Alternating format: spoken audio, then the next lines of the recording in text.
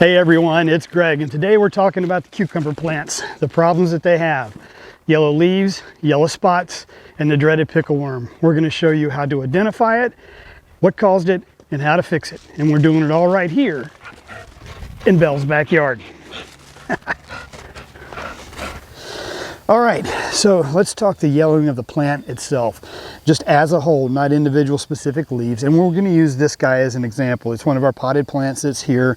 My bigger crop of cucumbers is actually towards the back over there, but I'm using this guy. It's kind of a training, kind of an experiment thing for me. So right now this plant is showing just kind of a general malaise, sort of a yellowing of the leaves, and we want to get to the root of what's causing that. There's the top two reasons that your plant will start turning yellow is number one, not enough water or too much water. If you haven't been watering it enough and you can stick your finger down into it and you feel that it's very dry in there, if it gets to the very base of your finger, then maybe it's time to start putting a little more water to it, and then that'll bring the plant back. If it comes back very moist or feels sort of muddy, stop watering it for a few days and see if you see any light changes to your plant. The other thing that could cause it, these guys are super heavy feeders. So they use a lot of nitrogen and a lot of potassium. So go to your local hardware store, your big box store, and pick up a simple test kit and test the nitrogen and potassium levels in the soil. If you don't have enough nitrogen and potassium, just a general feed fertilizer will work. You should see a recovery in about a week or so. Now, we've already checked all of that with this particular plant. So it's gotten enough water, the saturation level to the soil is fine, the fertilizer is fine, but it still has kind of this yellow malaise to it. So let's get into the specifics of what could be causing this plant to be turning just a little bit on the yellow side. Now let's look at the next issue that may be causing the plant to turn yellow, and that's going to be an iron deficiency. The easiest way to tell an iron deficiency is you look at the new leaves of the plant. If the plant is starting to turn yellow and the veins are starting to are still a dark green, then that is an indication that there's an iron deficiency, and that's going to be on the new leaves, and there should be a picture in there for you. Now, most soils contain plenty of iron for these plants. What will happen is the pH of the soil may be too high, and that's binding those nutrients up. So get your test kit back out, check the pH of the soil. These guys love a 6.5 to a 7.2. If you want to go ahead and lower the pH quickly, you can use, what I do is 2 tablespoons of vinegar to a gallon of water, and that'll bring the plant back around. If you try it and that doesn't work, then the next thing that you want to do is actually use a supplement that's there. I use Mr. Iron.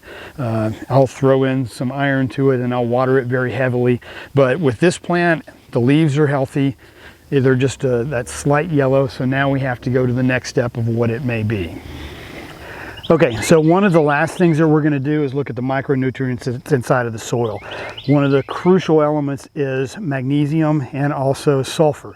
You can find that in what's Epsom salt. You can find it underneath your bathroom sink. It's magnesium sulfate. Make sure that you're not using table salt, because that's calcium chloride and that's bad for a plant.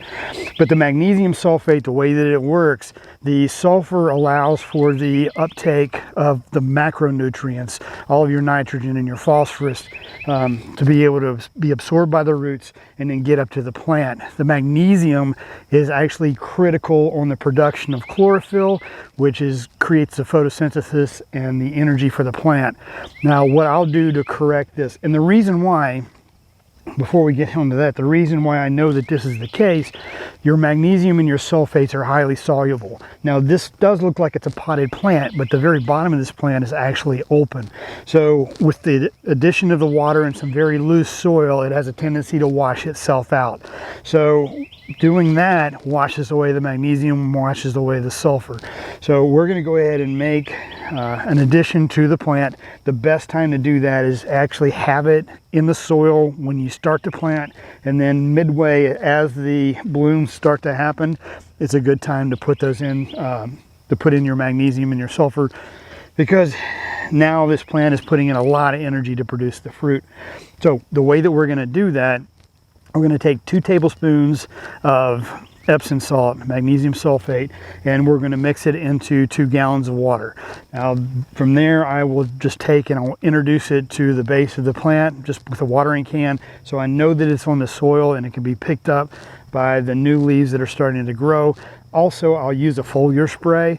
I'll take that same concoction that I created and I will mist the plants and the leaves, and it will absorb it in that way, and that'll help with the chlorophyll production of the overall plant. So that's how we've solved the yellowing plant leaves.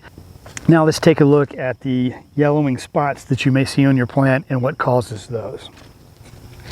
Okay, using the same plant, we're going to take a look at the yellow and brown spots that you may see developing on your leaves. Now if you look at this particular leaf here, you can start to see some of the yellow spots that are throughout the entire leaf, and then this one right here actually has the yellow spots with little brown into the center.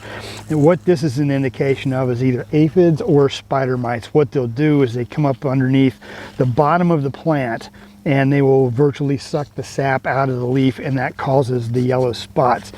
The best way to treat that we use for this is using neem oil. Now neem oil works in a different way. This is an organic process. It's not lethal to any of your predator insects, your ladybugs, or anything, your wasps that are there. But what happens is that the aphids come in and they'll ingest the neem oil, and then that starts to break down their hormones, so it stops them feeding and stops them reproducing. It's not a quick fix, but it's a very effective fix for using an organic treatment for your bugs. So if you start to see these little yellow spots in there, start to look for aphids, start to look for damage underneath the bottom of the leaf, and then that's probably where your problem is, and that should cure it. Okay, now let's talk pickle worms. I hate those things. Last year they absolutely devastated all of my cucumbers, and this is the reason why behind me. This is night blooming jasmine. It smells great. It's huge. You can smell it at the end of the street. My wife absolutely loves it. The problem is it attracts the pickle moth. At nighttime it creates that smell, the moths come to it, and then it goes and lays its eggs on my cucumber plants. The larva pops out, and then the larva bores a small hole into the fruit, the cucumber itself, burrows its way into it, destroys the fruit, destroys your crop, and you can't get any type of insecticide into it. So what you have to do is be able to prevent the moth to get to your cucumber plants, or you need to go ahead and stop the pickle worm from getting into your cucumbers. Now there's 2 options for this. One is you can cover your plants. You cover your plants in the evenings, and then you open them back up in the morning, so that way that you can get your pollinators into it.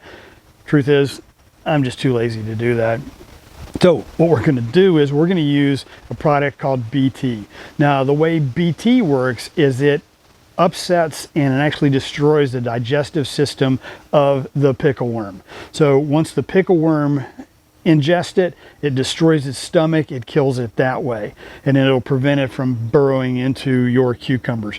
Now with the BT, what you're going to do is you're going to take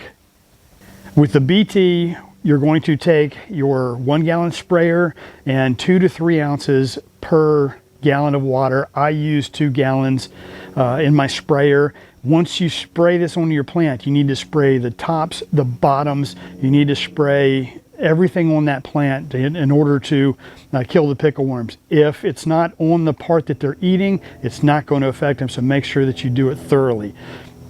Now, with our plants, since we have a 2-phase process for this, because we are going to try to beat them this year, we're using neem 1 week, and then the next week we're using our BT. If there is a massive downpour and a rain once the leaves dry up, then I'll go back in and I'll use the BT again on that plant in order to keep those pickle worms down.